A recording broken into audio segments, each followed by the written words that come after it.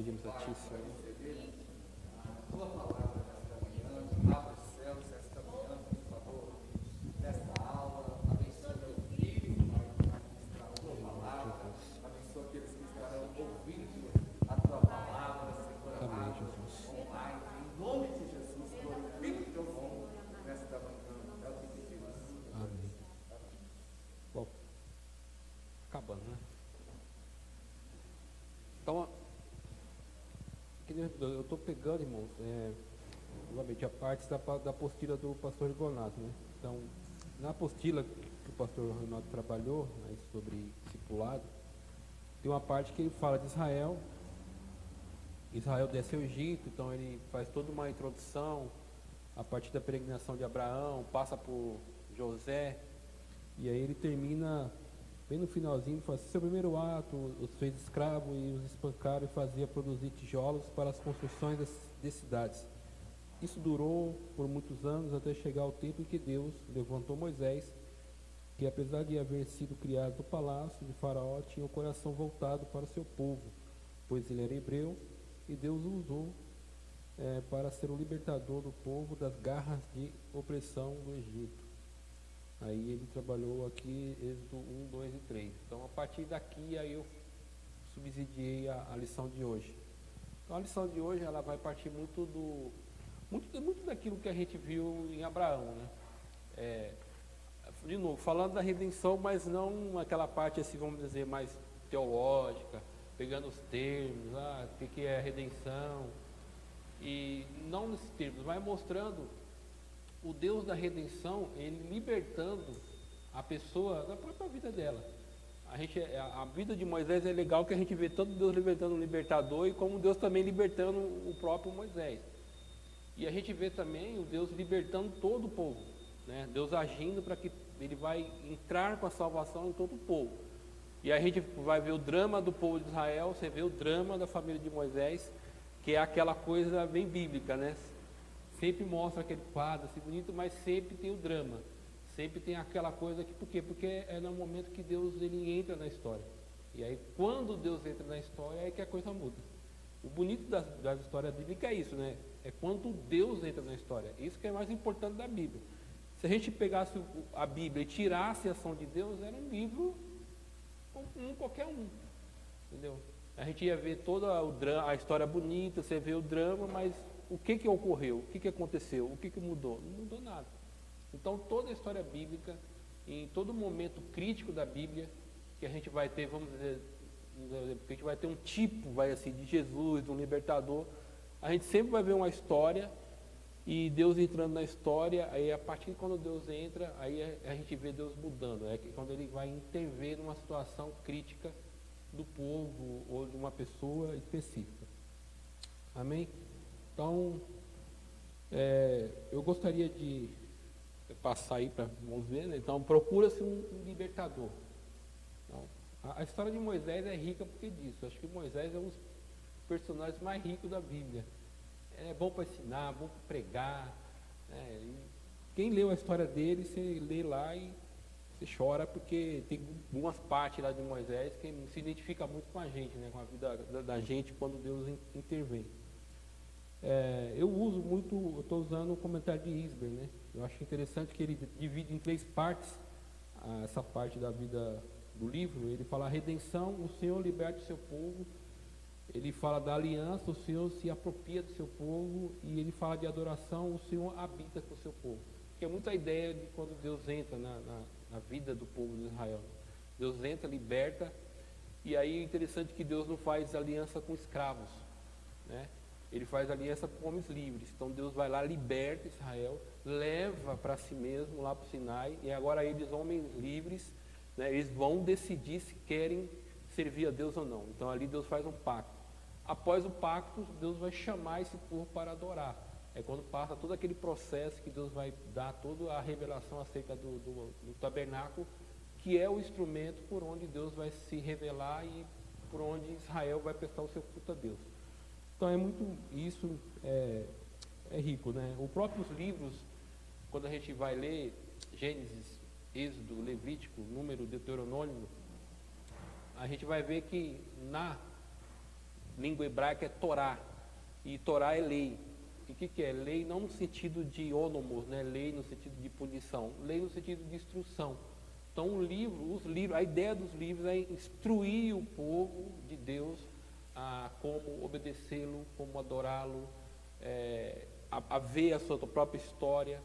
Então o livro ele tem essa característica de instruir o povo, na verdade, aproximar o povo de Deus, né? Essa é a ideia de Torá, ali quando a gente pega os primeiros livros. Aí eu já vou pedir para os irmãos, nós vamos fazer a leitura no livro do Êxodo, no capítulo número 6, do versículo 6 até o versículo 8. Então eu só vou dar uma passada aqui.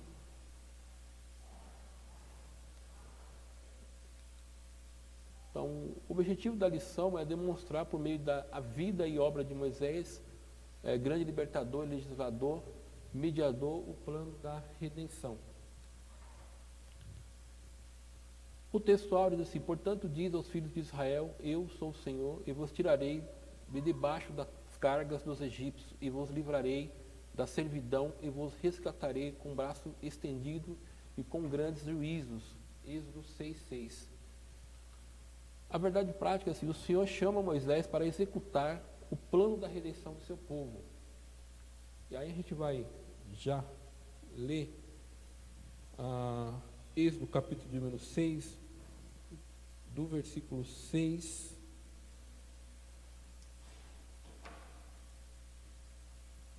até o versículo número 8. Diz assim: portanto diz aos filhos de Israel, eu sou o Senhor, e vos tirarei de debaixo das cargas do Egito, e vos livrarei da sua servidão, e vos resgatarei com o braço estendido e com grandes manifestações de julgamento. Tomar-vos-ei por meu povo, e serei o vosso Deus, e sabereis que eu sou o Senhor, o vosso Deus, que vos tirou de debaixo das cargas do Egito, e vos levarei à terra a qual jurei dar a Abraão, a Isaque e a Jacó, e vos darei como possessão. Eu sou o Senhor. Tá? Então é interessante no livro de Êxodo, assim como Deus sempre se manifesta, eu sou o Senhor, eu sou o Senhor, que é uma revelação, já é uma progressão da revelação, né?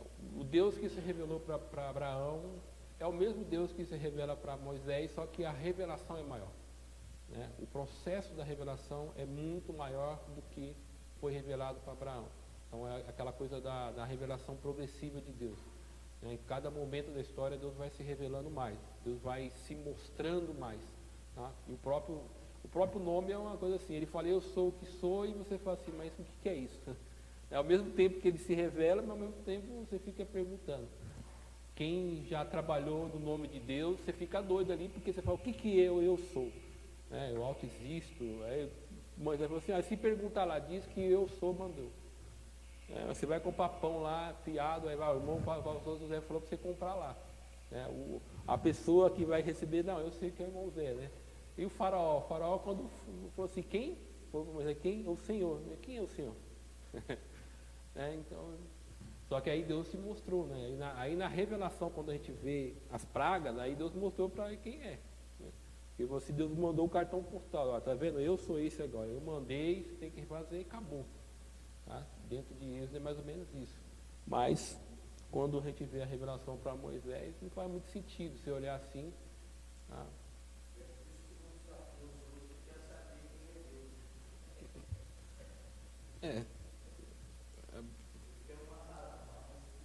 Existencial, né?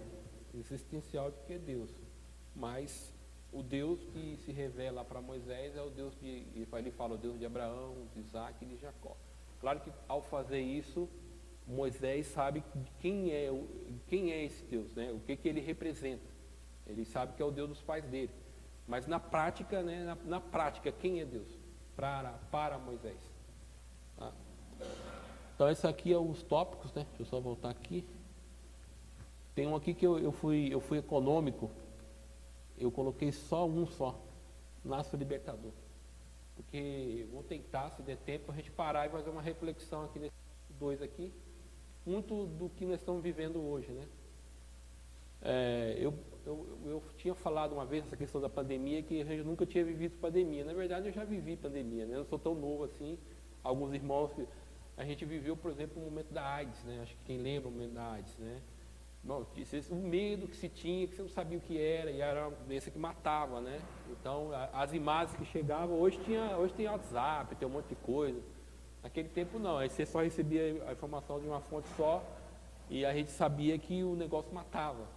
Então, foi algo assim novo também, né? Só que, claro, eu não tinha perspectiva cristã, vivia no mundão, então foi uma coisa que também abalou muito o mundo na época, isso na década de 90, né? Quando 89, 90.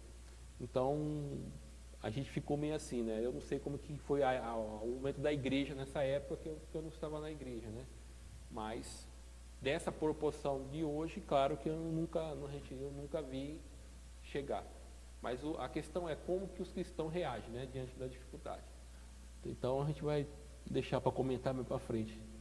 Então a introdução, ela vai falar para nós assim: o Antigo Testamento é a novela de Deus sobre o grandioso plano da salvação que ele anunciou a Adão e Eva e Abraão. Então novela aqui não é no sentido da novela da Globo, né? É no sentido de novela da narrativa. Talvez vocês, né, que estão aqui, os jovens, vocês não podem ter visto isso, mas na minha época, e eu não sou tão velho assim, a gente ouvia as coisas por rádio. Por exemplo, eu não tinha televisão, 89, 90, não tinha televisão. E a gente escutava as coisas por rádio. Aí tem aquele narrador policial que morreu, qual é o nome dele? Que ele contava os casos policiais. Gil Gomes. Esse aqui é do meu tempo também, tá vendo? Se revelou aí, foi manifestado aí, né? Então o Gil Gomes, aí você ficava imaginando a história, né? Ele contando.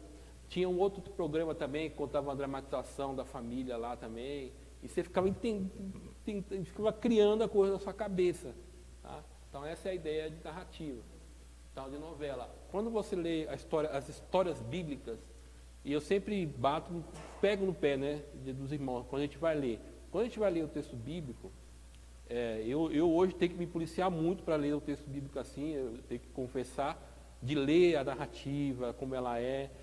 Sempre sou tentado a ver o comentário teológico, aí você tenta me segurar. Mas leia a Bíblia, e tentar se levar pelas narrativas, tentar se levar pela história e ir linkando uma história com a outra. Na apostila você vê que o pastor ele começa falando de Abraão, ele passa por José, aí mostra todo o drama de José, aí ele vai e começa lá com Moisés no Egito.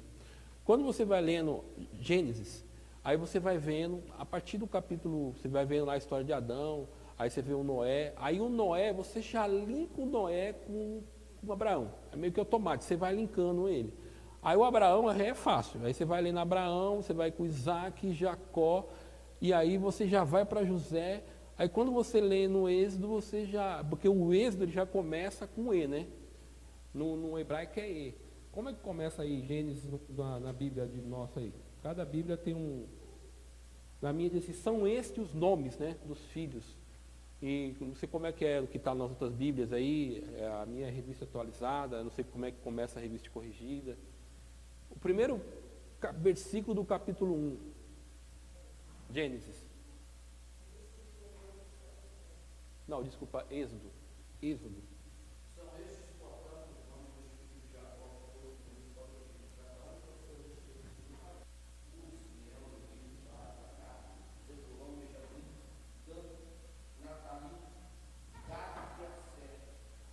Alguém que começa diferente? Tudo são? Êxodo 1. Estes é a melhor. Olha lá. Isso explica porque o texto hebraico do Êxodo começa com E. Né? No hebraico é V, é Vav. Começa com Vav conjuntivo, que é E. Qual que é a ideia? Ele está mostrando que é a continuação da história de José. Está continuando. Tá? E aí, assim, Deus está dando continuidade à história que começou em Gênesis. Ao seu tempo, a história maravilhosa de Deus chegou até a vinda de Jesus, a terra para a sua morte na cruz, e não terminará até que todo o povo de Deus suba aos céus e veja Jesus assentado em seu trono. Uma história e tanto. O tema de Êxodo é libertação. E não se pode ter libertação sem um libertador. E é aí que Moisés entra na história como o grande libertador, legislador e mediador. Então, novamente, né, começa com ele porque Deus está dando continuidade. Né? Foi o que Deus prometeu para Abraão. Tá? Então, o Gênesis termina com a família de Abraão, de José, no Egito, né, Jacó indo para o Egito. E Êxodo começa falando sobre os patriarcas que estavam no Egito. Deixa eu ver. Bênção. Quem pode ler para mim no capítulo número 1, do versículo 1 até o versículo 7 de Êxodo. São estes, portanto, os nomes dos filhos de Jacó, que foram com ele para o Egito, cada um com a sua respectiva família, Ruth, Simeão, Judá, Isacar, Zebulon, Benjamim, Dan, Naftali, Gad e Aser. Ao todo, o grupo de descendentes de Jacó ultrapassava 70 pessoas. José, no entanto, já estava no Egito. Com o passar do tempo, morreu José, todos os seus irmãos e toda aquela geração. E os filhos de Israel foram fecundos e se multiplicaram, tornaram-se cada vez mais numerosos e poderosos, a tal ponto que o país ficou repleto deles. Você vê que, inicialmente, é uma benção, né? O que você conclui? O que Deus prometeu para Abraão está totalmente cumprido. Deus não falou que ia fazer deles um povo numeroso. Aí aqui a gente tem ideia de nação, de povo, meu. Com Abraão você não tem uma ideia de povo, de nação. É um beduíno sendo chamado por Deus, até numeroso, mas você não consegue enxergar como nação. Então você lê no Gênesis, não tem como você ver a família, por exemplo, quando a família de Jacó desce, aproximadamente 70 ou 73 pessoas. Não é uma nação.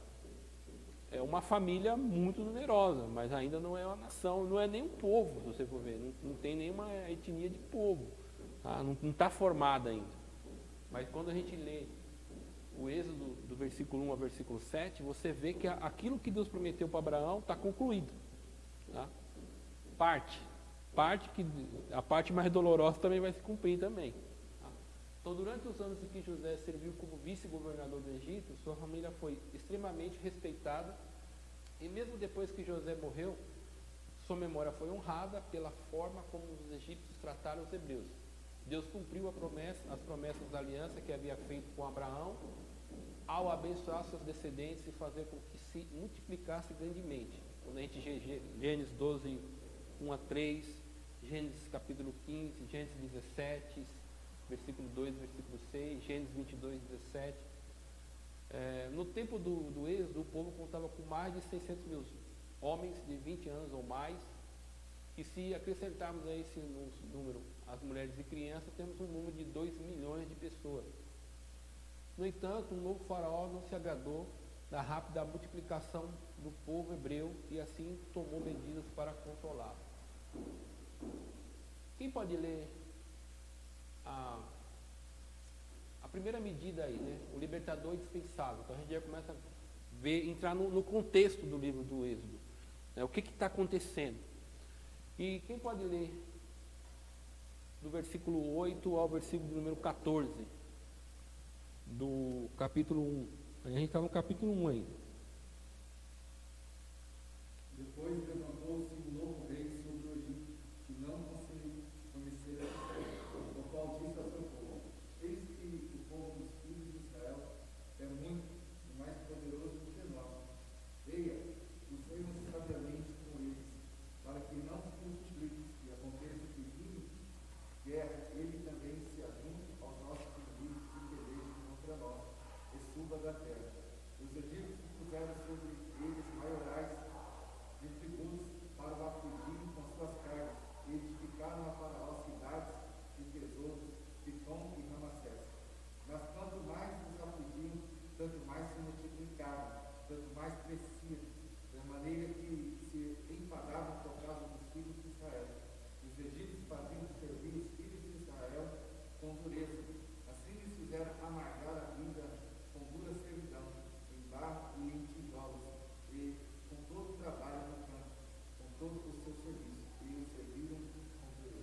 E agora? A bênção toda se transformou em dureza agora, mudou a história. Como é que pode isso daí? José foi para lá, era um homem honrado, e agora de repente se levanta um rei, um faraó que não conhece. Muitos estudiosos vão falar dos reis Ixos, né, que são os reis eles falam aqui o próprio nome Ixo quer dizer governantes estrangeiros. Então teve um período da dinastia egípcia que esses Ixos eles entraram no território do Egito e eles dominaram, né? Eles entraram como comerciantes, e eles foram dominando o Egito, eles tomaram o governo. E parece que, depende do estudioso, falar de 100 anos, que eles ficaram 100 anos governando o Egito. Então, nesse período, foi o período que José chega no Egito. E como os Ixos eram semitas, então eles tinham uma afinidade natural com os hebreus, que também são descendentes de Sem.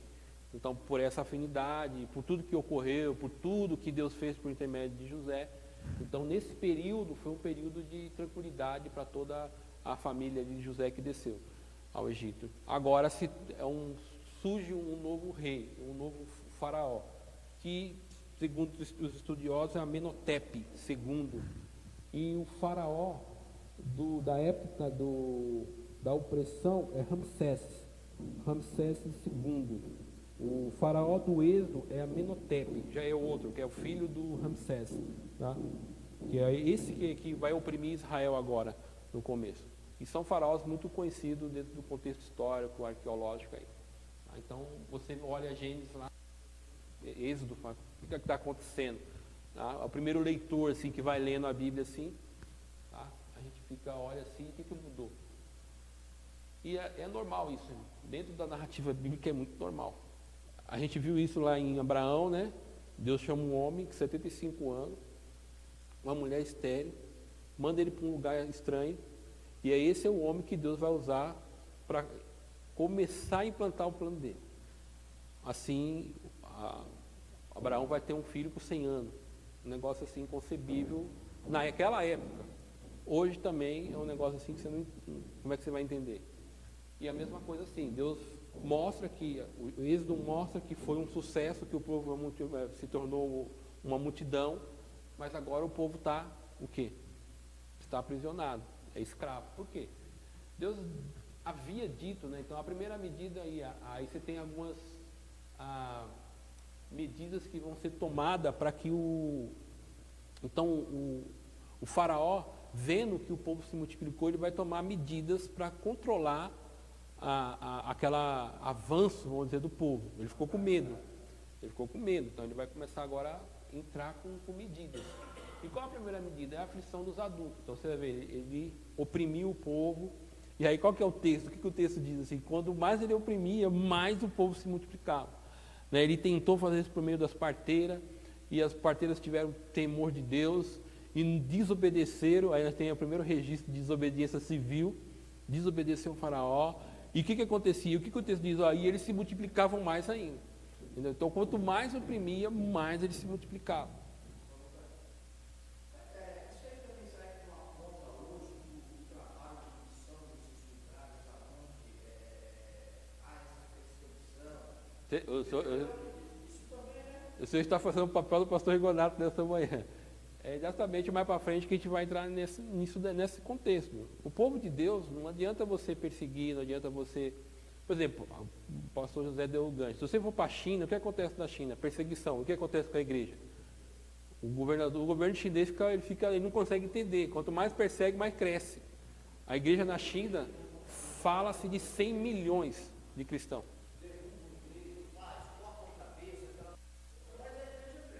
Então, o povo de Deus é assim, né? Mas aqui, né, Deus havia dito a Abraão que seus descendentes iriam para um país estrangeiro e lá seriam escravizados e maltratados. Mas prometeu libertá-los por seu poder quando fosse a hora certa. Em Gênesis capítulo 15, é preciso.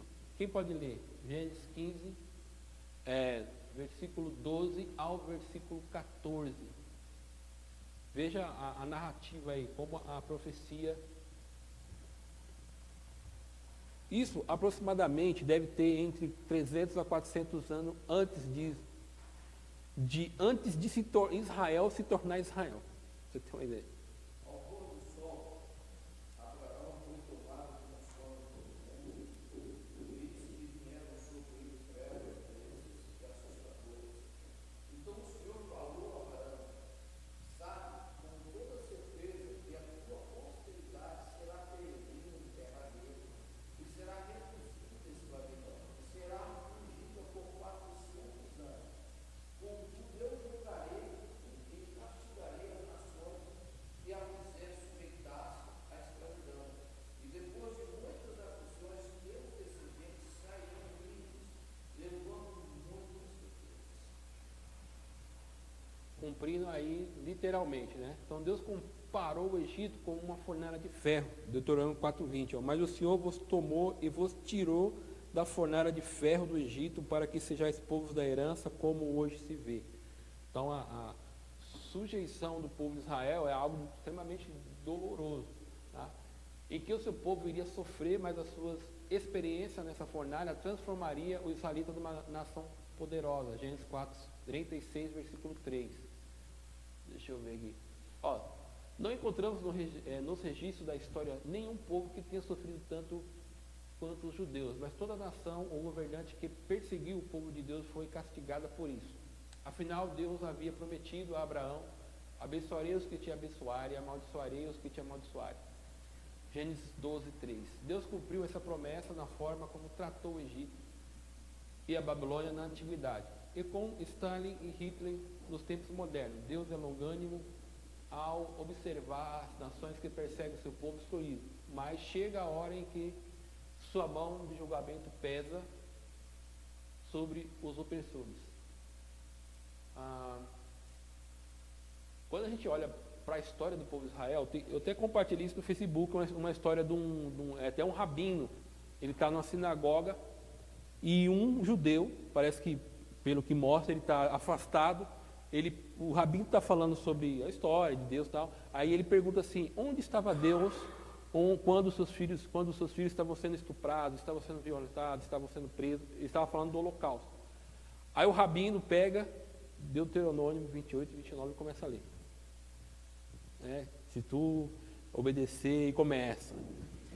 Quando ele começa a contar isso, aí a câmera vai mostrando a fisionomia do homem que faz. Ele é judeu, não precisa contextualizar, né? Para nós precisa contextualizar lá, você tem que entender Êxodo 28. Para o judeu você não precisa contextualizar nada. Ele entende claramente o que quer dizer bênçãos e maldição, porque ele sabe da história dele. E ele sabe que, e o rabino tem alguns pontos que ele vai falar: esse ponto aqui lembra que nós, tal, ele mostrando que nós não obedecemos, tal. E aí ele começa a contar. Com que? Ele só lê o relato. Aí dentro do relato ele vai lá e dá uma pincelezinha. Aí quando ele entra no Holocausto, ele mostra o momento lá, na época histórica, que os judeus começaram a se afastar de Deus, se tornaram secular, se distanciaram de Deus. E aí no final, e a gente percebe que esse judeu está desviado, porque ele até pergunta: você não quer vir à frente? Aí coloca lá, acho que é o pá na cabeça dele, ele retorna para o judaísmo. Então ele vai lá e conta a história. Por quê? Porque o povo desobedeceu a Deus e foi castigado pela sua desobediência. Tá? Mas quando você olha para a história do povo judeu, é inacreditável. Se você olha assim, a gente vai ver o Holocausto, que é mais conhecido, com Stalin, lá na Rússia, desde 1888 até 1920, os judeus morrem de 70 a 120 mil judeus, dentro do socialismo comunista. Aí, mais para frente, você vai ver os judeus na própria Rússia, no ano de 1950 a 52, também vão ser perseguidos, entendeu? E assim, hoje Israel, ele é rodeado de inimigos.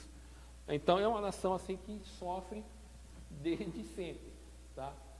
E dentro do contexto que a gente está vendo não é diferente. Então, e Deus sempre atuando na história, e Deus sempre entrando com providência, tá? E aí, a gente, como igreja, a gente, como povo de Deus, vê muito isso também, que nem o pastor José mostrou, no contexto de igreja, né? Então, todas as pessoas, historicamente, que assim, invocam o nome do Senhor, sempre serão, assim, vamos dizer assim, perseguidos. Não tem muito como correr disso, tá? Os capatazes egípcios, com tirania, faziam servir os filhos de Israel, obrigando os escravos hebreus a construir cidades e trabalhar nos campos. Mas a bênção de Deus fez com que o povo de Israel continuasse a se multiplicar, porque assustou e irou ainda mais os seus dominadores egípcios, e era preciso fazer alguma coisa para manter Israel sob controle. Aí a gente tem aí a segunda medida, a matança dos meninos hebreus recém-nascidos. A gente vai ver isso no relato de Gênesis 15, de Êxodo. Quando eu começo errado, vai errado até o final, né, no nome do livro, né? Então, Êxodo, no capítulo 1, no versículo 15 até o 21, né, o rei do Egito ordenou as parteiras hebreias, das quais se chamava Cifra e outra Puá, dizendo: quando os serviços de parteiras das hebreias, examinai se os filhos, se for filho, matai-o, mas se for filha, que viva. Então ele começa a entrar assim com os inocentes. É interessante isso, né? Em toda a época da história, o que vai sofrer é sempre os inocentes, né? A gente viu isso no Egito, a gente viu isso na época de Jesus e a gente vê isso hoje. Um dos primeiros a sofrer com a maldade humana é os inocentes, que nada sabem. Acredito que todos ficou sabendo do que aconteceu lá com aquela menina de 10 anos. É sempre assim, né? Mata primeiro lá o inocente e depois a gente vê o que faz com o resto. É sempre o inocente que paga o pato, tá? Mas aqui, claro, aqui tem um contexto, porque você matando os meninos vai impedir que se multiplique, né? Então essa é a segunda medida que o faraó toma. Isso aqui é interessante porque eu até escrevi aqui, eu já vi muitos irmãos, né, desapercebidos, que não se atenta. Diz assim: por que o Senhor deixou o seu povo ser escravo? Você pode fazer a pergunta, é legítimo para você fazer, né? Não podemos esquecer a maldade humana e a sua maneira idólatra de viver no mundo caído, tá? Aí eu coloquei aqui cosmologia, visão de mundo, e assim, um cristão sempre observa o mundo a partir da queda. Isso te dá um alívio existencial, quando você analisa o mundo a partir da queda. Por exemplo, se eu não analiso o mundo a partir da queda como cristão, eu piro com o que aconteceu com essa menina. Eu fico doido, dá vontade assim de a pessoa ir lá e fazer bobagem. Mas o que Deus disse para Noé quando sai da arca? Gênesis 8:20. Ele disse que o coração do homem era continuamente mau. Então, o dilúvio foi uma ação de Deus providencial naquele momento. Não eliminou a maldade humana, muito pelo contrário. Então, o que a gente vê no faraó do Egito aqui, com o povo de Israel, é a maldade humana em continuidade. Então, a gente sempre vai ver, sempre viu na história, pessoas sendo aprisionados, sendo usados como escravos. A gente vai ver isso no próprio livro de Gênesis, capítulo 14, quando o Ló é sequestrado, né? Os reis lá da Babilônia vêm para Canaã e o que eles fazem? Eles guerreiam e levam pessoas escravas, tá? Então a gente sempre viu isso. Mas por que isso ocorre? Isso ocorre por causa da maldade humana. Isso ocorre por causa da queda.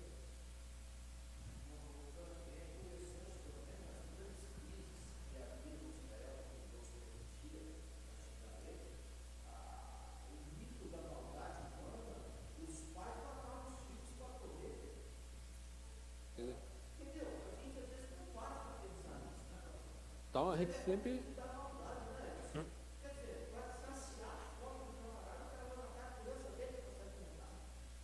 Então, você sempre olha as coisas da perspectiva da queda. O cristão sempre olha a partir da queda. Hoje, o mundo, a humanidade, os intelectuais hoje olham assim: olha, a humanidade tem jeito. Quem vai arrumar a solução do mundo são os próprios seres humanos iluminados. É uma ideia muito lá do período do iluminismo, da Revolução Francesa. Então a humanidade não vai conseguir nada, a humanidade vai se destruir cada vez mais, entendeu? Então sempre analisa a partir da queda, irmão, tá? Entendeu? Aí por que eu falo isso? Porque as pessoas sempre, hoje, quando eu vejo a pregação, é sempre aquela assim: olha, no final vai dar certo, vai, e você vai, e você cria um negócio de você assim, uma expectativa que você passa assim: meu Deus, eu sou o cara. As mensagens te levam a isso. Entendeu? A gente vai ver que Deus trabalha assim, só que Deus vai moldando a pessoa. Deus vai moldando a pessoa no meio do sofrimento. Entendeu? É no meio do sofrimento que Deus vai moldando. Deus não diz para você, ó, vai ser dar tudo certo, vai ser uma maravilha. Né? O que está acontecendo no Êxodo? Deus está contando a história do povo de Israel, mas o que está acontecendo? Eles são escravos. Eles estão sofrendo. Entendeu? Olha a maldade que está acontecendo. Tá? Então, no entanto, de acordo com Gênesis 3,15 e Gênesis 12, Deus não permitiu que isso acontecesse e usou 2 parteiras hebreias para frustrar o plano de Faraó. Então, ele queria eliminar o povo, Deus vai lá e intervém. Tá? Quando o Faraó descobriu que havia sido enganado, mudou o seu plano e ordenou a todo o povo que providenciasse para que os bebês hebreus do sexo masculino fossem afogados no sagrado rio Nilo. Então não deu certo com as parteiras, ele falou para todo o povo agora, ó, se você vê alguém chorando aí, pega as crianças e vai lá e afoga no rio. Tá? Deus agiu, essa pessoa vai dar uma aliviada. Não, ficou mais difícil ainda. Tá? Então os guardas de Faraó não tinham como vigiar cada uma das parteiras hebreias, mas o povo egípcio podia ficar de olho nos escravos hebreus e avisar quando um menino nascia. No entanto, estava para nascer um menino que o Faraó não conseguiria matar. Isso aqui você entende, por exemplo, quando você presta atenção nisso aqui, você entende, por exemplo, a praga lá do primogênito. Imagina quantos bebês inocentes foram mortos aqui pelo povo egípcio, que viu nascendo ir lá e matava. Então, quando você olha para o contexto de Êxodo, você entende a 10ª praga. Ali é só Deus, é retribuição, entendeu? É Deus mandando a fatura, entendeu? É Deus intervir. Aí você fala assim, nossa, olha o que Deus mandou fazer com os primogênitos do povo egípcio. Mas o que o povo egípcio fez com os inocentes? Escravos, que não tinha como lutar. Então a gente vai vendo todo um sistema ante Deus, e Deus vai intervir. Porque a vingança cabe a Deus. Então, quando a gente olha para o próprio contexto bíblico, a gente entende a própria narrativa. Por que eu falo isso? Porque eu já vi irmão ler o texto e se escandaliza. Mas só que ele não vê o que o Faraó está fazendo com o povo de Deus. Tá? Deus está dando a retribuição. Tá? E sem dúvida, né, Deus havia cumprido sua promessa. Então, com tudo isso que aconteceu lá, a promessa de Deus está sendo cumprida. O povo ia se multiplicar, o povo ia ser escravo, e Deus ia intervir lá no meio do povo. O que você vê aqui? Você vê todo o plano de Deus da redenção. E o que eu estou querendo mostrar na questão de redenção é isso. Não redenção naquela coisa, termos teológicos, tal, mas mostrar o Deus da redenção agindo, agora aqui nessa primeira parte, no povo. E a gente vai começar a entrar agora, Deus entrando na família, no indivíduo. Deus, ele trabalha no meio do coletivo, mas ele trabalha com indivíduos. Tá? Deus mostra toda a situação, ele mostra o Êxodo mostra tudo, uma situação difícil, de dificuldade, mas no meio de toda dificuldade a gente vai ver Deus agindo. Você vê Deus agindo lá para que os inocentes não sejam mortos. E agora Deus vai começar a trabalhar por meio de uma família. Deus vai começar a levantar, né? Vai nascer agora o libertador. Então, a fé dos pais de Moisés em tempo difícil. Isso aqui é interessante. Eu coloquei isso aqui, né? Os pais de Moisés, quem pode... Deixa eu ver, deixa eu só ver aqui. É lá em Hebreus, capítulo de número 11, versículo 23. Os pais de Moisés eram Arão, né, Arão e Joquebede. Enquanto o texto de Êxodo enfatiza como a mãe teve fé, elogia tanto o pai quanto a mãe por terem confiado em Deus. Sem dúvida, foi preciso que os dois tivessem fé para ter relações conjugais numa época perigosa em que os bebês hebreus estavam sendo mortos. Moisés tornou-se um grande homem de fé e aprendeu sobre isso primeiramente com os seus pais. Uma casa temente a Deus, e Arão, Joquebede, tinha mais 2 filhos, Miriam, a mais velha, e Arão, 3 anos mais velhos que Moisés. A informação está lá em Êxodo 7:7. Desde o princípio, Moisés foi considerado formoso aos olhos de Deus, e ficou claro que Deus tinha um propósito especial para ele. Crendo nisso, os pais contrariam o édito do faraó e protegeram a vida do seu filho. Nada foi fácil, uma vez todos os egípcios haviam se tornado espiões oficiais do faraó, à procura de bebês para serem afogados. Então, o que diz Hebreus 11, 23?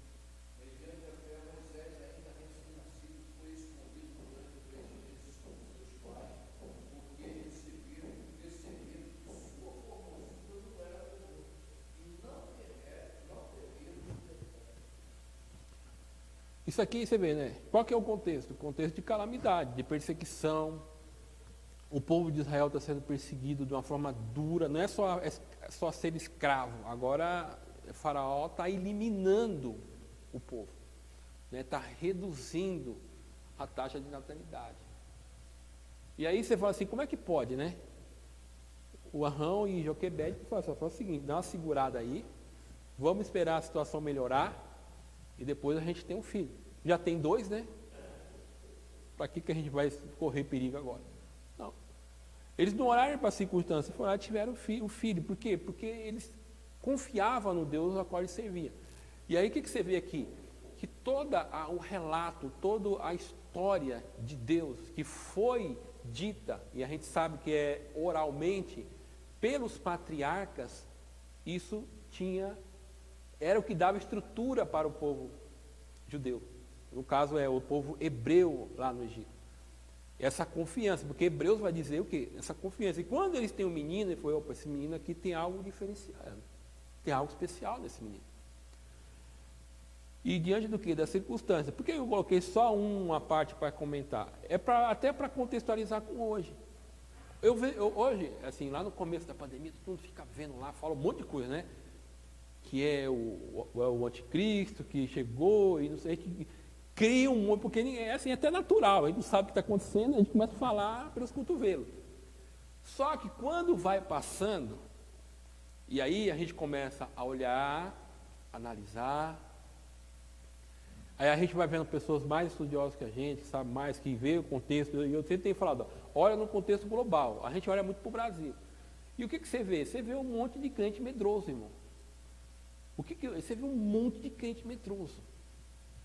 A pergunta é, irmão, se o negócio apertar mesmo, princípio de 2, a pergunta é, quantos crentes virão para a igreja? Ou seja, ninguém virão para a igreja, quantos crentes serão crentes? Quantos crentes confessarão a sua fé? Porque assim, eu estava lendo ontem a história, eu estou lendo, até nesse livro aqui, foi de onde eu tirei os dados da questão lá do judaísmo,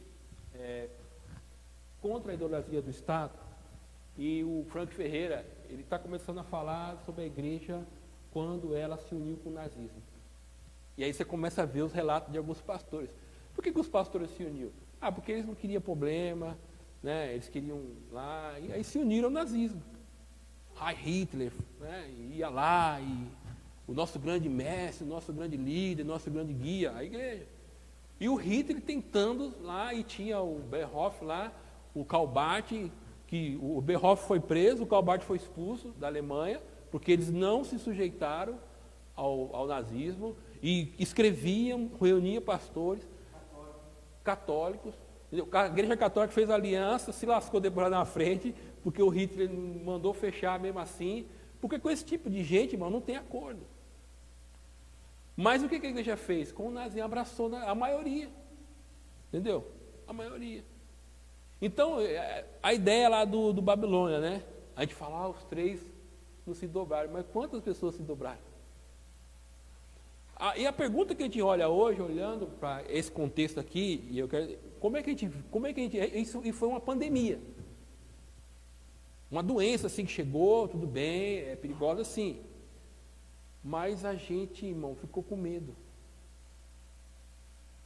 Tem gente que não é vir para a igreja, o cara não quer, parece que vai nem ter comunhão com Deus.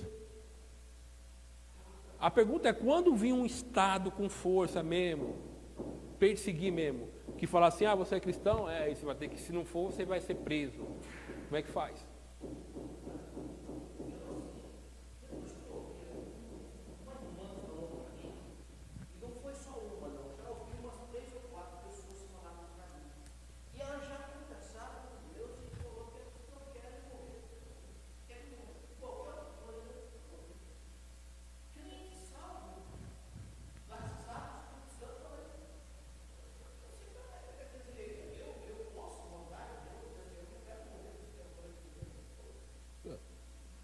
Então a gente vê.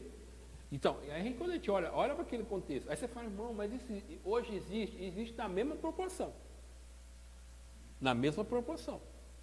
O que aconteceu com eles lá, existe hoje na mesma proporção. Lá na Coreia do Norte não tem boi. Catou é morto. E lá os filhos, lá os egípcios não tinham que pegar as crianças. Lá o filho, na Coreia do Norte, é orientado a entregar aos pais. E não só na Coreia do Norte, na China também são orientados. A Rússia, todo mundo fala a Rússia lá, né? A Rússia também lá. A Rússia é um sistema ditatorial. Entendeu? Então a gente tem países assim que você não pode. Quando você fala, o Brasil é um país livre, vai falar de Jesus na universidade. Chega numa federal, eu sou de Cristo. A não ser que você seja um cristão progressista hoje, né? O Frank Ferreira está batendo firme nisso daí. Eu até tenho postado lá, os cristãos progressistas, né? Os cristãos paz e amor, os cristãos hippie hoje. Mas vai ser um cristão raiz mesmo, fundamentalista. Meu querido, você vai ser perseguido do primeiro semestre até o último semestre. Dentro do... ele fez a metodista, né?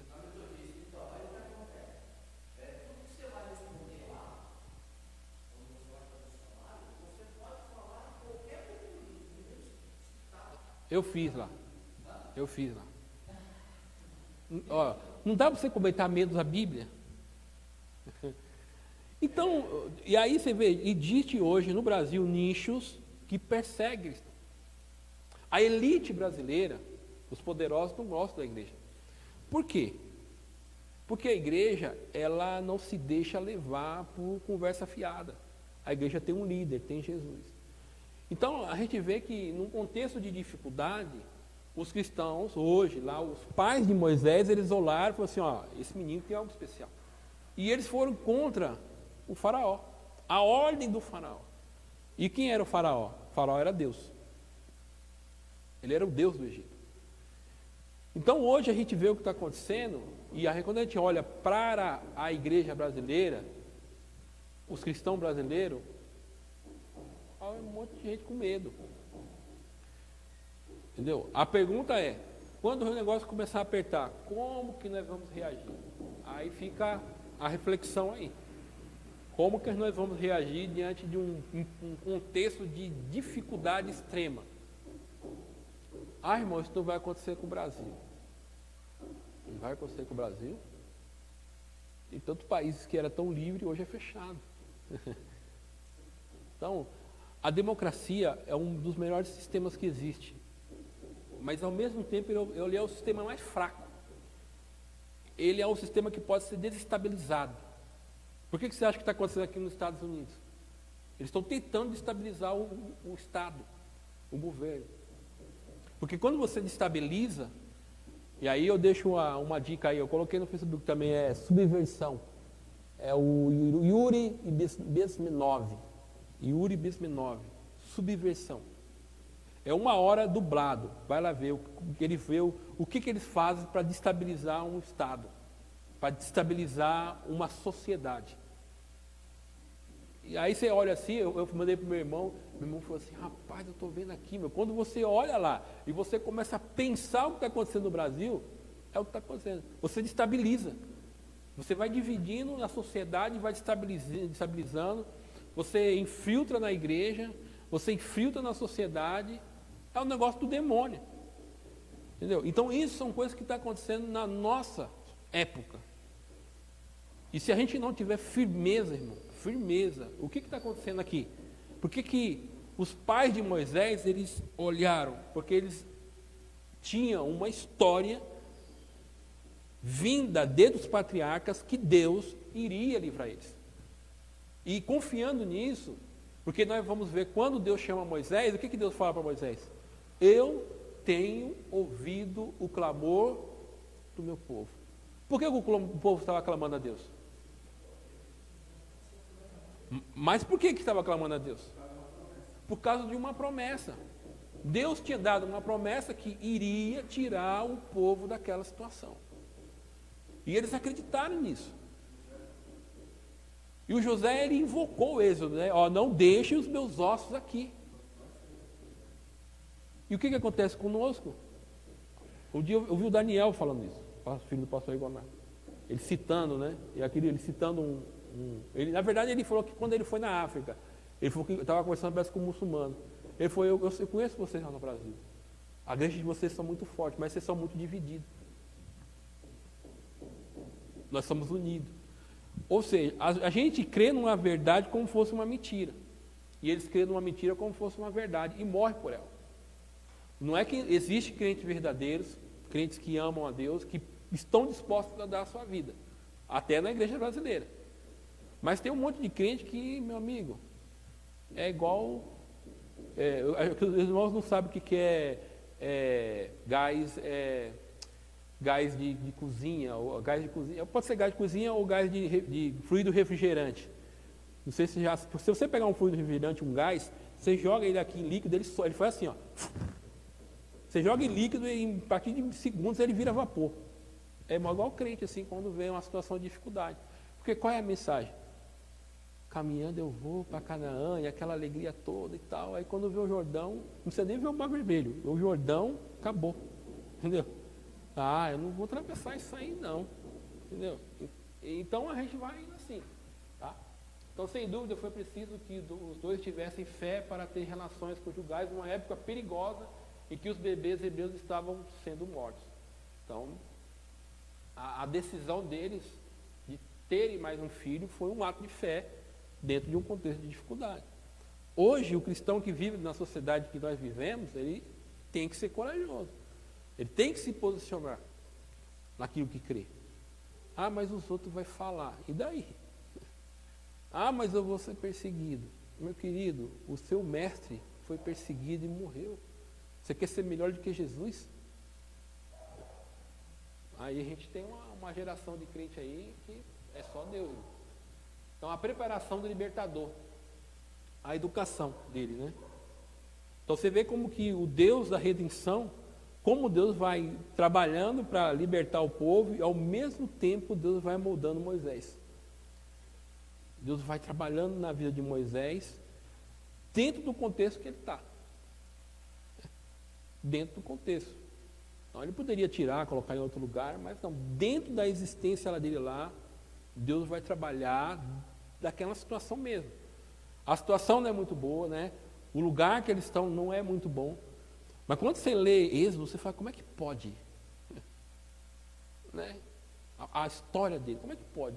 Deus, a história de Miriam, quando eu gosto de ler, quando você está lendo assim, como é que pode, né? Aí o que faz? Ela coloca lá no cestinho, né?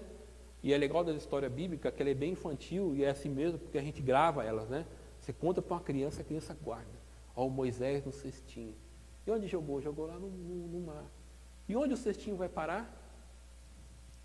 Vai parar justamente onde a filha de Faraó foi tomar banho.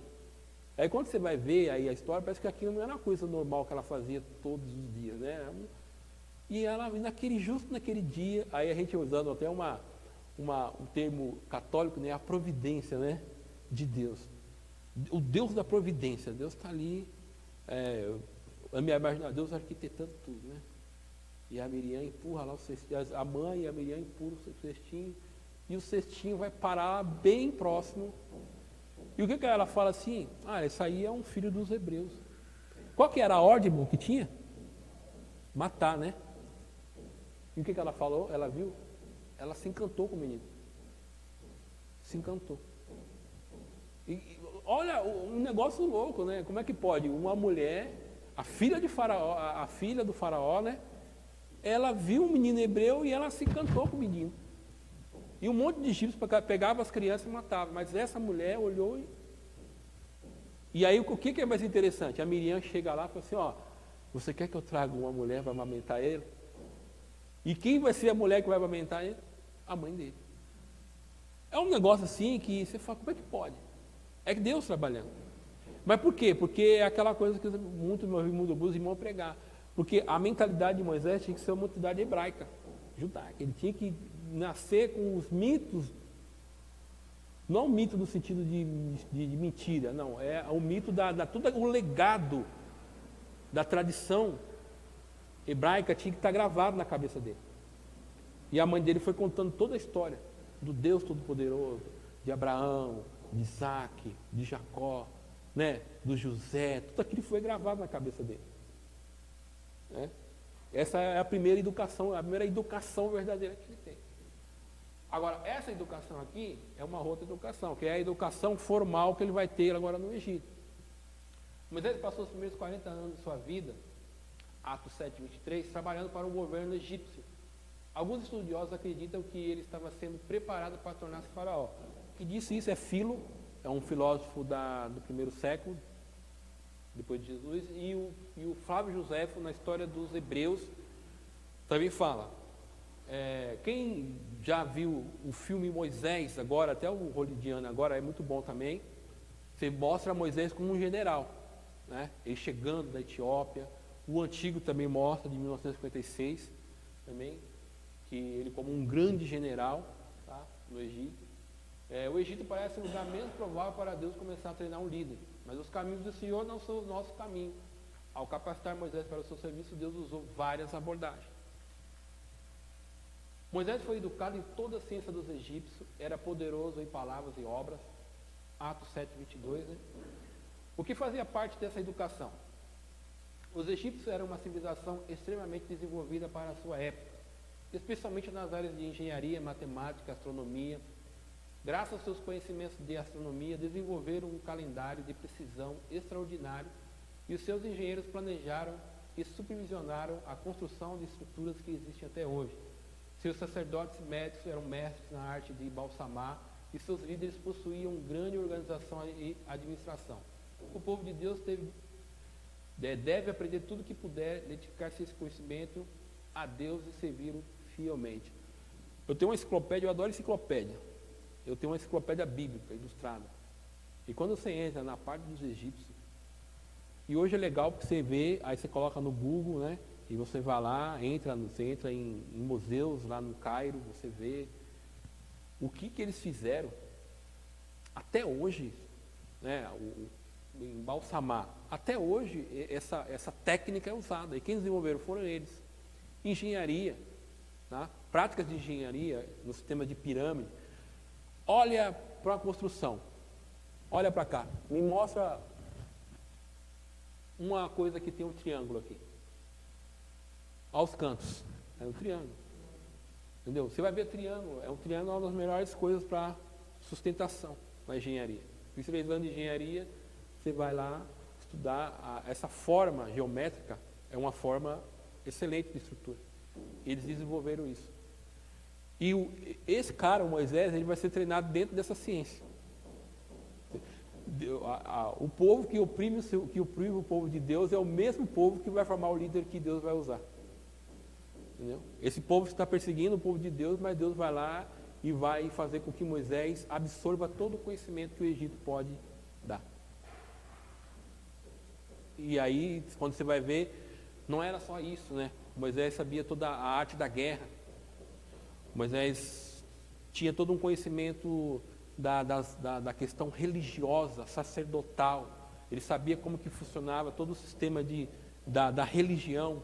Então, por isso que quando ele vai escrever, quando ele vai pegar livros, ele vai pegar uma literatura sacra e vai escrever, quando ele vai falar sobre o sacerdote, tudo aquilo para ele era familiar. Ele foi treinado naquilo. Então, não é um homem qualquer, ele sabia.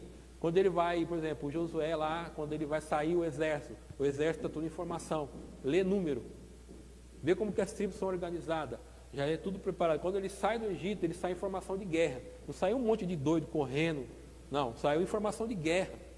Tá? Ele só não tinha a arma, mas a formação era de guerra. Então não é qualquer Zé Ruela. Né? A gente pensa, e não é que Deus não pode levantar qualquer pessoa. Sim, mas pessoas para cargos específicos, Deus não levantou qualquer um, não.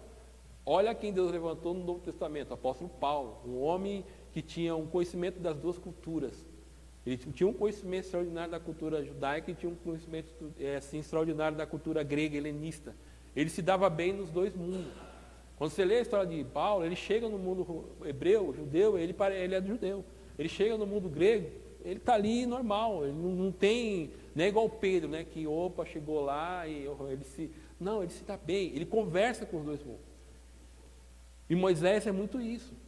Entendeu? Ele é educado nessa pegada. Então ele não é qualquer pessoa. Tá? Então Deus usa toda a estrutura do mundo existente para formar o seu líder. E a gente vê hoje, tem muito crente que, né, tem medo, né? O cara não quer se formar, não quer ter conhecimento. Não, porque eu vou me contaminar. Não, irmão, você não é crente ou não é? Né? Deus não está em você ou não está? Você não tem convicção de Deus que você serve ou não? Né? Eu sei que vai um monte de gente vai para a faculdade e pira lá, o cara corta a cabelo, né? Pinta o cabelo, muda, né? Vira progressista, mas nunca foi crente. Né? Às vezes não conseguiu o que a mão de Moisés conseguiu fazer com ele, né? Que ele ficou enraizado nele. Ele sabia quem ele era. Tá? E aí, essa parte ninguém fala para vocês, né? Geralmente, não todos, né? Mas alguns pregadores não contam essa parte do fracasso, né? Tem a parte boa, mas também a parte do fracasso também, né? Vamos ler. No capítulo número 2, No versículo 11 ao versículo número 14. Naqueles dias, sendo Moisés já homem, saiu seu irmão, saiu a seus irmãos e viu os seus labores penosos, e viu que certo egípcio espancava um hebreu, um do seu povo. Olhou de um e de outro lado, e vendo que não havia ali ninguém, matou o egípcio e o escondeu na areia. Saiu no dia seguinte, e eis que 2 hebreus estavam brigando. E disse ao culpado: Por que espanca o teu próximo? O qual respondeu: Quem depois por príncipe e juiz sobre nós? Pensas matar-me como mataste o egípcio? Temeu, pois, Moisés e disse: Com certeza descobriram. aqui começou, né? Estou formado, educado. Ele achou que agora ele vai resolver o problema, né? Agora eu resolvo o problema. Aqui é o fracasso dele. Tá? Apesar de algumas pessoas se confundirem, né, com a etnia de Moisés, as filhas de Reuel, né, quando viu lá, é um egípcio, né, porque ele estava vestido como um egípcio, né? Ele sabia que era hebreu, não egípcio, e não podia evitar identificar-se com o sofrimento do seu povo. Quem pode ler Hebreus 11, 24 a 26? Com o sofrimento do seu povo. Certo dia tomou a corajosa decisão de ajudá-los, mesmo que isso significasse perder a sua posição de nobre como filho adotivo da princesa. O que diz Hebreus capítulo 11, versículo 24 até o versículo 26?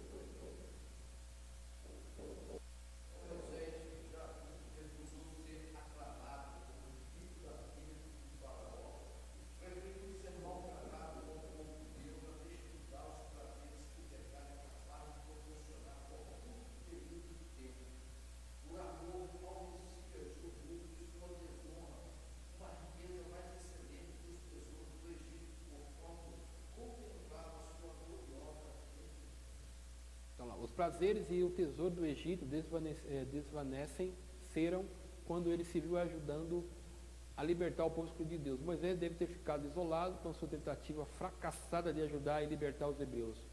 Por isso Deus o levou a Midian e fez dele um pastor de ovelhas durante 40 anos. Ele precisava aprender que o livramento viria das mãos de Deus e não das mãos de Moisés. Então, você vê, né? Toda essa formação, tudo, foi agora. Fracassou. Aí, como é que pode, né? Fracassa, né? O cara que era, segundo os estudiosos, ele seria possivelmente o faraó. Que se a gente fosse fazer uma análise, né?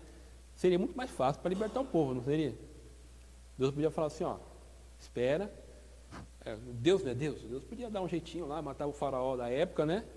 E ele seria o faraó, ele destituía todo o Egito lá, os deuses, né? E agora o Egito vai adorar Deus agora, né? O Egito agora é do Senhor. Aí não fala, o Mauá é do Senhor? Não, o Egito agora é do Senhor. Podia ser assim, não podia? Mas você não vai ver isso na história bíblica. Na história bíblica é sempre o negócio doloroso, né? Sempre tem essa dramatização, porque não é essa forma que Deus trabalha, né? Porque o Egito representava tudo aquilo que desagrada a Deus, né? A civilização egípcia.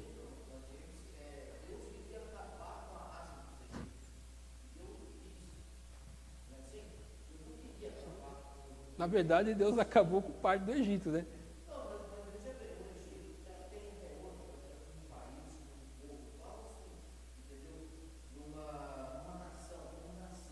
É, é que assim, eu sei que a gente sabe que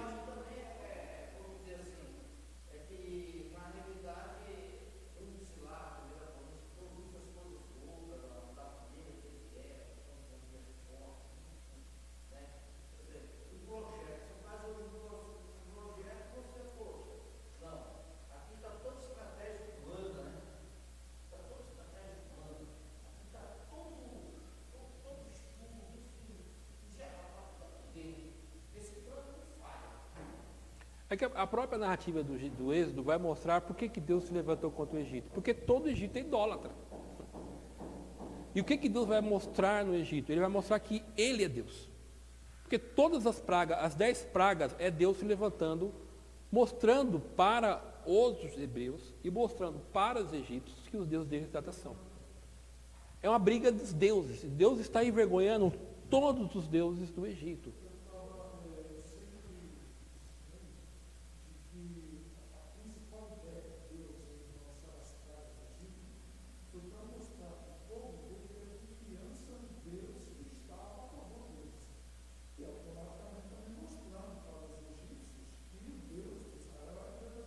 E ele está cumprindo a promessa que ele fez para Abraão, que ele iria tirar o povo com mão forte.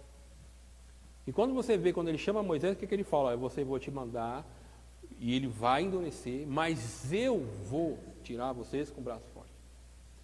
Deus, ele envergonhou o Egito. Todas as divindades egípcias foram envergonhadas. Todas. Se você pegar uma Bíblia de estudo, vai dar todos lá. Tá? O último Deus a ser envergonhado foi Faraó. Porque se ele é Deus, como é que ele não conseguiu evitar a morte do seu próprio filho? Entendeu? Então, Deus está se revelando. A gente pode dizer que o Egito, ele foi um instrumento de Deus, onde Deus se revelou. E qual que é aquilo? Quando o povo judeu ele olha para isso daí, o que ele vê? O Deus de Israel é o Deus verdadeiro.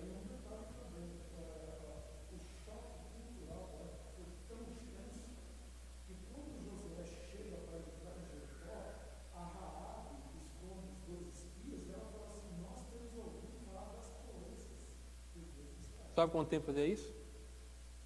Sabe quanto tempo fazia que isso tinha passado? 50 anos. 50 anos. Quando eles não estavam com medo por causa que o Jordão tinha abrido ali alguns dias. Eles estavam com medo do que Deus fez 50 anos atrás. Você vê o impacto disso. Isso aí é importante. Para nós tem que ter essa relevância. Mas a gente é meio cristão, é meio sonolento. Os judeus, ele não é assim. Eu vou dar um exemplo rápido dessa questão do impacto histórico na vida de um povo. Eu vou dar na própria pandemia. Teve um médico em Nova York, eu sempre esqueço o nome dele, e um médico brasileiro, Paulo Zanotto, não é assim? Ele falou desse médico que estava tratando da comunidade judaica. E ele estava tratando com remédio cloroquina. E esse médico, ele pegado em estudos do vírus SARS, ele já sabia que esse remédio ele tinha um efeito bom. Ele chega na comunidade judaica, oferece. A comunidade judaica, irmão, não está preocupado com o que a mídia está falando. Né? Eles não ficam, porque eles já têm um contexto histórico, eles não ligam para essas conversas. Isso pode resolver o problema? Pode. Então vamos resolver, entendeu? Vamos nos guardar com o povo, entendeu? Então eles não são mimimi, não fica, eles já tomam a ação logo, entendeu? Eles são muito unânimes. O que aconteceu? O que aí, assim, a gente tem que pesquisar hoje. Quando você vai ver essa comunidade de Nova York, uma comunidade judaica, sabe quantos morreram lá? Nenhum. Por causa do vírus. Porque todo esse legado histórico neles, eles não ficam dando ouvido para que nego está falando. Entendeu? O que é o mal nosso, como igreja? O William Bonner fala um negócio lá, o crente desmoronou. Entendeu? Um governo fala uma coisa, o cara mas, o que a Bíblia diz? O que o legado histórico bíblico diz para você? Entendeu?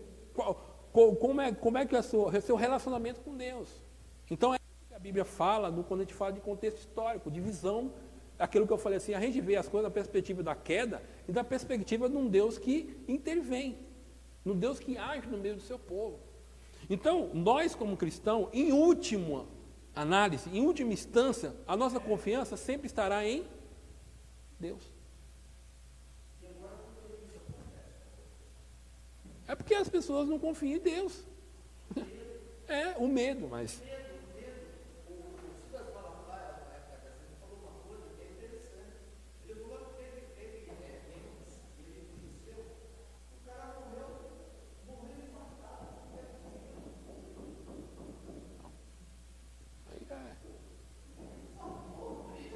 Deixa eu ver se eu consigo terminar, né? Então, a solidão é serviço humilde. Aí conta quando ele foi lá para Midian, tá? Moisés tornou-se um fugitivo e se escondeu na terra dos midianitas. Parente dos hebreus, agindo de acordo com sua natureza corajosa, ajudou as filhas de Reuel, o sacerdote de Midian. Com isso, recebeu a hospitalidade daquele lar, casou-se com Zípora, uma das filhas de Reuel, e esta lhe deu 2 filhos, Gerson e Eliezer. O homem poderoso em palavras e obras encontrava-se agora em pastos solitários, cuidando de ovelhas obstinadas, mas era justamente esse tipo de preparo que precisava para liderar uma nação de pessoas obstinadas. Israel era o rebanho especial de Deus, Salmo 100, versículo 3. E Moisés, o pastor escolhido pelo Senhor, assim como José, viveu 13 anos como escravo no Egito e como intervalo de 3 anos na vida de Paulo. Depois de sua conversão, os 40 anos de espera e de trabalho de Moisés preparam-no para toda uma vida de ministério fiel. Deus não envia os seus servos imediatamente, mas capacita-os para a sua obra. Quando há demora, não se trata de desinteresse de Deus, pois Ele ouve os nossos gemidos, vê as nossas lutas, sente as nossas tristezas e lembra-se da sua aliança. Cumprirá o que prometeu, pois jamais quebrará a sua aliança com o seu povo. Quando chegar a hora certa, Deus põe-se imediatamente a trabalhar. Então você percebe que tem aquele fracasso lá, ele fala, é agora. Não, não é. Aí ele vai para Midian, 40 anos. Você já imaginou que ele era o homem mais inteligente de Midian? Imagina ser a pessoa mais inteligente do lugar e sabe com as pessoas que ele tinha mais contato? Com ovelha. Não era nem pessoas, eram animais. O contato dele era com ovelha. Quem já cuidou de ovelha aqui? Ou cuidou de alguma coisa? Você nunca cuidou, não, né? Eu já cuidei de rebanho, assim. Você fica lá vendo só o bichinho correndo para lá. Você tem tempo para pensar o que você quiser. Fica lá, você fica sentado numa pedra, já tem até um lugar reservado, né? Quando você leva o rebanho lá, você fica no lugar lá. Geralmente de manhã você fica onde está sol, né? Se aquecendo lá. Aí você vê os bichos lá e fica ali. E quando ele chegava em casa, ele... um dos caras mais poderosos do Egito agora está em Midian, 40 anos. Solidão. E ali Deus está moldando o homem que vai ser o líder que vai tirar o seu povo. Tá? A Bíblia tem uns negócios assim interessantes, né? Então, ao mesmo tempo, a gente usar toda a estrutura de conhecimento e não ser apressado para querer fazer as coisas, né? Tudo Deus tem a maneira. Quando eu falei, a gente falou sobre o Abraão, né? Eu citei alguns patriarcas e eu até fiz uma conta de tempo de provação. Moisés foi 40, Abraão 25, Isaac 20, Jacó 21, José 15. Só de provação na vida dos patriarcas, 81 anos. Esse foi o tempo assim que Deus usou para moldar eles, né? Dar uma melhoradinha em alguma coisa, né? Então foi esse tempo, assim, 81 anos se você pegar os patriarcas de Abraão até José. Então sempre Deus teve um momento de tempo para moldar a pessoa. Foi com Abraão, foi com Isaac, foi com Jacó, foi com José, foi com Moisés, e eu e você não é diferente. Então às vezes eu vejo hoje tem muito jovem assim, afobado, né? Aí eu até postei um negócio também lá, né? Debate teológico, né? Aí primeiro a Bíblia, né? Estudo, igreja, aí depois, não, aí os caras já pula, já tá, nem leu a Bíblia e já quer debater. Ele nem domina os assuntos, já quer debater os assuntos. É igual a hoje, né? Só um parênteses. Hoje tem aquela questão eu estava conversando com um pastor e ele falou assim, a gente fica sobre a questão da salvação lá, né? Aí pega só 2 linhas, a calvinista e a arminianista. Aí só que tem a luterana, tem a anglicana. Aí a gente pensa que só tem só as 2, mas tem um monte de linha. Deve ter mais ou menos umas 10 linhas, só na questão soteriológica. E a gente fica se pegando por causa de 2. Só para você ver, né? Então, olha o espaço, o tempo que a gente tem de pensar, de amadurecer. E aí não tem problema não. Se Deus chamar você, meu irmão, você pode ter certeza que Ele vai dar um jeitinho de você obedecer o tempo. Tá? Então o libertador recebe seu chamado. O que Moisés viu, né? Vê se eu consigo ler rapidamente aqui. 4:1, né? Respondeu Moisés, mas eles que não creram nem acudirão à minha voz. Deixa eu ver se no capítulo 3. Lê em uma Bíblia, fazer o estudo e ler em outra é diferente, é complicado. Assim, apacentava Moisés o rebanho de Jetro, seu sogro, sacerdote de Midian. Levando o rebanho para o lado ocidental do deserto, chegou ao monte de Deus, a Horebe. Apareceu o anjo do Senhor numa chama de fogo, no meio de uma sarça. Moisés olhou e eis que a sarça ardia no fogo e a sarça não se consumia. Então disse consigo mesmo: irei para lá e verei grande maravilha, porque a sarça não se queima. Vendo o Senhor que ele se voltava para ver, Deus, por meio da sarça, chamou e disse: Moisés. E ele respondeu: Eis-me aqui. Eu estava lendo isso aqui, aí eu falei assim, aí Deus falou assim, ele mordeu a isca. Né? Mordeu a isca. Porque não é anormal queimar algo no deserto, por causa do calor. A coisa mais normal é uma árvore pegar fogo. Mas o que é anormal aqui? Qual que é o normal aqui? Ela não se consumia. Ele viu o fogo, mas e aí? Pegar fogo tudo bem, mas ele não se consome. Aí eu estava olhando, aí Deus olhou assim, né, e Deus viu, aí mordeu a isca, ele veio. E às vezes Deus assim, né? Deus acende as sarças na nossa vida, mas a gente está tão desapercebido que a gente nem olha as sarças, né? Deus sempre tentando chamar, né? Então Moisés viu isso. Deus sempre chama pessoas ocupadas, né? Também Deus não gosta muito de preguiçoso não, né? Tem alguns provérbios, tem uns versículos muito ilustrativos lá para pessoas preguiçosas, né? Isso é significativo nas escrituras. Gideão estava malhando trigo no largar, Samuel estava servindo no tabernáculo, Davi estava cuidando de ovelhas, Eliseu arando a terra e 4 dos apóstolos estavam cuidando de sua pescaria. Deus pode tomar um arbusto insignificante, fazê-lo arder e transformá-lo num milagre. Era exatamente isso que desejava fazer com Moisés, a sarça ardente. Era um retrato do que Deus havia planejado para Moisés. Ele era um frágil arbusto, mas Deus era o fogo que lhe daria poder. Êxodo 19, 18. Deus falou com Moisés e garantiu que era o Deus de seus pais e que sentia o sofrimento dos hebreus no Egito. Havia chegado a hora de libertá-los de lá e de conduzi-los à terra prometida. Para isso havia escolhido Moisés como líder. A declaração de Deus, vem agora e eu te enviarei, deve ter deixado Moisés entarrecido, né? Porque Deus escolheria um fracassado. Então 40 anos ali, cuidando de bicho, né? E não era nem dele, né? O texto fala que era do sogro dele. E agora o Deus falou assim, vem Moisés. Imagina, né? Vem, é agora.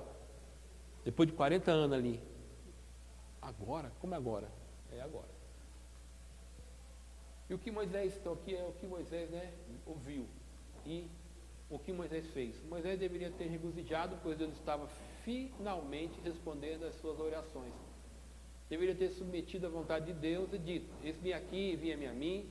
Mas em vez disso, discutiu com Deus, né? Ele tentou escapar do chamado divino para libertar Israel da escravidão. 40 anos antes, ainda no Egito, Moisés tinha agido como uma mula obstinada, resistindo ao Senhor. Salmo 32, 9. Moisés apresentou 5 motivos para não aceitar o chamado de Deus. Então falou assim, agora, né? Ele, não. Esse é muito, muito nosso, né? Aí quais foram os 5 motivos aí apresentados por Moisés?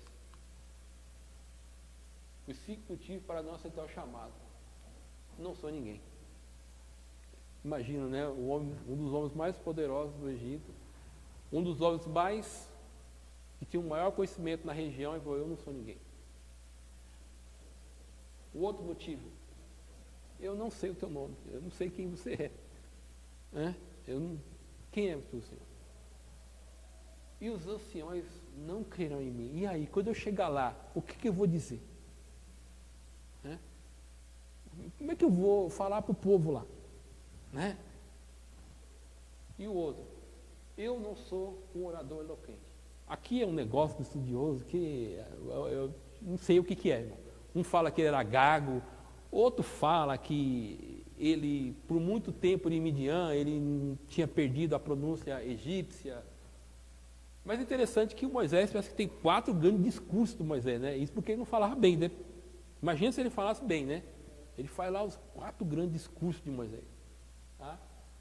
E diz assim, ó, qualquer outra pessoa pode fazer o melhor. Eu vou mandar outro, porque eu já não dá mais. E a gente tem que tomar cuidado, irmão, porque é legal assim, né? Quando a gente fala de redenção, a gente vê Deus trabalhando por Moisés para libertar o povo, e ao mesmo tempo Deus está libertando Moisés. Ao mesmo tempo, a redenção está chegando a Moisés. Né? E esse tipo de questionamento nós não podemos fazer. Você não é ninguém? Você não é ninguém? Você não serve a Jesus Cristo? Então o que você é? No mínimo você é servo dele, né? E Jesus diz que em meu nome, no nome dele, farão o quê? Então quando a gente vai no nome de Jesus, a autoridade dele está sobre nós. Então essa primeira aí a gente já descarta, né? A gente somos discípulos de Jesus, a autoridade de Jesus está sobre nós. Não sei o teu nome, você serve a quem? O Senhor. Quem é o Senhor? Quem é o Senhor para você, pastor Pantera? Quem é o Senhor para você? Cada um tem uma coisa particular com o seu Jesus. Então esse é o Jesus. Então você sabe quem ele é.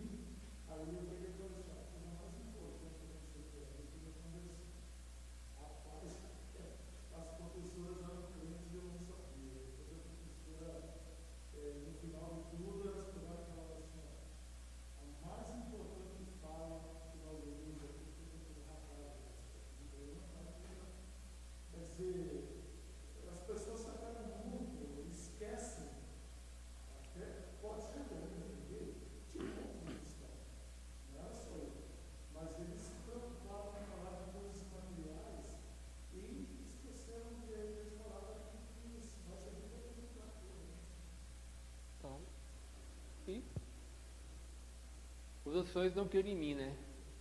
Você está preocupado com o que os outros estão falando de você? Você deve ficar preocupado a partir do momento que você está dando mau testemunho. Ou se você está dando um bom testemunho, está procurando agradar a Deus, você não pode estar preocupado com o que as pessoas falarão de você.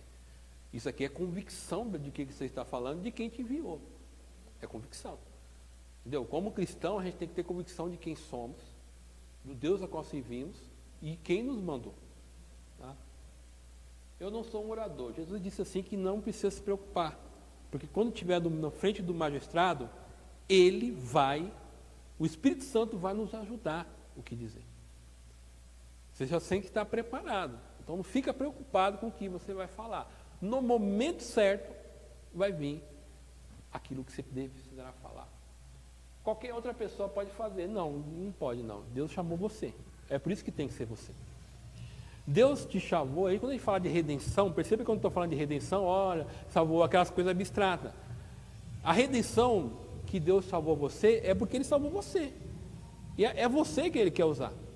Primeiro, porque o mundo não é o Egito. O mundo é muito maior.